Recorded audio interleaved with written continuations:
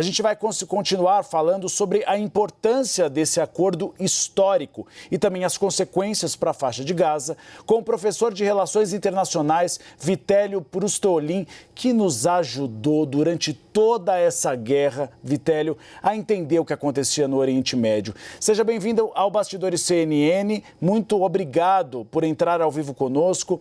Vitélio, gostaria que você falasse um pouco desse acordo, por que foi fechado agora e se a posse de Donald Trump pode ter favorecido a uma rapidez para que Israel e Hamas aceitassem esse acordo. Boa tarde, Uribe. Boa tarde a todos. Antes de responder essa pergunta, Uribe, eu quero fazer um esclarecimento que o cessar-fogo, por definição, é sempre temporário, né? Esse aqui tem negociação para ser de 6 semanas. Ele não significa o fim desta guerra. Na verdade, ele tem 3 fases, né? Nessa primeira, como vocês falaram há pouco, vão ser libertados cerca de 33 prisioneiros que estão em poder do Hamas. Nós não sabemos o número exato de prisioneiros, estima-se que sejam 98 que o Hamas ainda tem, são reféns, né, Uribe? Isso por si só é um crime de guerra. Não sabemos quantos desses 98 estão vivos, a estimativa é de que pelo menos 30 estejam mortos, mas Israel quer os corpos para fazer o sepultamento. Nessa primeira fase do cessar-fogo, são libertados os mais vulneráveis, então idosos, mulheres, pessoas com doenças. Israel tinha negociado a libertação de 11 homens, que o Hamas diz que são soldados, e por esses soldados, Uribe, Israel vai libertar mais prisioneiros palestinos por exigência do Hamas. Na segunda fase, então, é que serão libertados os homens, os soldados assim considerados pelo Hamas, além desses 11 da primeira fase. E na terceira fase, Uribe, aí sim, o cessar-fogo seria uma espécie de armistício, que seria algo mais durável. Se fosse entre países, seria um armistício que levaria um tratado de paz, mas não é uma guerra interestatal. Na terceira fase seria a reconstrução de Gaza, que segundo a ONU deve custar 40 bilhões de dólares e levar 16 anos para ser feita. Agora, feito esse esclarecimento prévio de que a guerra ainda não acabou, que é um cessar-fogo, a importância dele é que o único cessar-fogo que teve, Uribe, que foi em novembro do ano passado, de 2023, na verdade, foi quando foi libertada a maior quantidade de reféns do Hamas.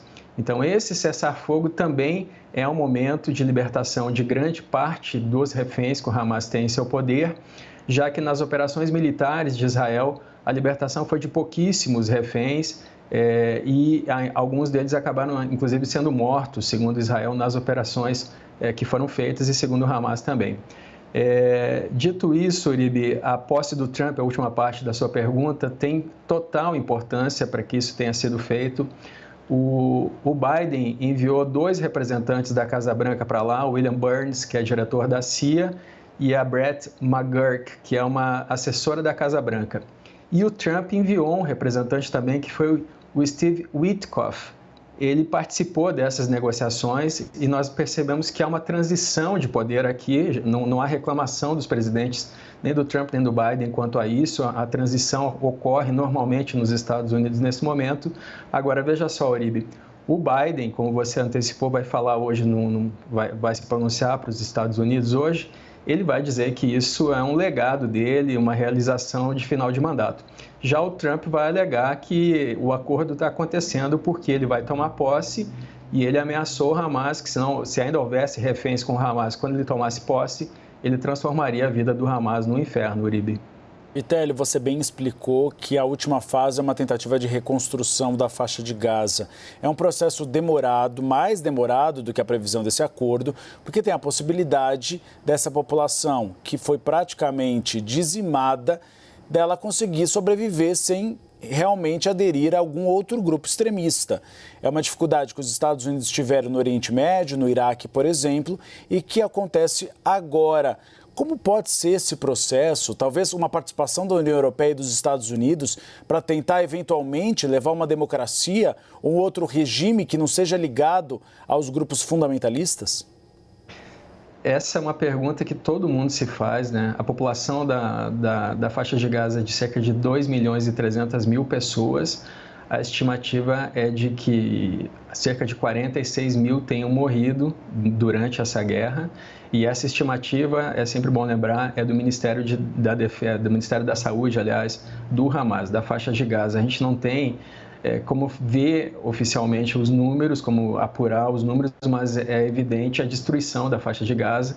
Israel alega que é porque o Hamas usa a infraestrutura da cidade para se proteger e usa os cidadãos da faixa de Gaza como reféns, como escudos humanos, e os próprios reféns que foram capturados no 7 de outubro de 2023. Existem algumas alternativas. Já é muito claro que dificilmente a União Europeia e os Estados Unidos vão aceitar que o Hamas continue liderando aquela região. Provavelmente isso deve ser entregue para a autoridade palestina. Lembrando que em 2005, Israel se retira unilateralmente da faixa de Gaza, e aí há uma eleição naquela região que o Hamas vence da autoridade palestina, mas o mundo inteiro ameaça cortar as doações para aquela região do mundo se o Hamas tomar posse, porque o Hamas já era conhecido como um grupo terrorista que explodia ônibus da década de 90, matando civis e tentando atrasar os acordos de paz que eram negociados na época, os acordos entre Israel e outros vizinhos, na época era com a Jordânia. De qualquer forma, o Hamas e a autoridade palestina tiveram uma guerra, Uribe, que durou mais de 2 anos e que levou à morte de muitas pessoas na faixa de Gaza, da autoridade palestina e do próprio Hamas. E aí o Hamas toma o poder e nunca mais fez eleições, está no poder desde então. Existe, então, a possibilidade de, com a reconstrução de Gaza, o poder ser entregue à autoridade palestina, e existe uma possibilidade da Arábia Saudita ter uma influência maior na região. A Arábia Saudita já vem negociando a construção de cidades no Egito, pagou o Egito para isso, e pode ser que ela tenha uma influência maior na região, mas, de qualquer forma, nós não sabemos ainda como Israel vai reagir, e muito provavelmente Israel vai querer continuar tendo assentamentos na região, desfazendo o que fez em 2005, que foi a retirada unilateral da faixa de Gaza, Uribe.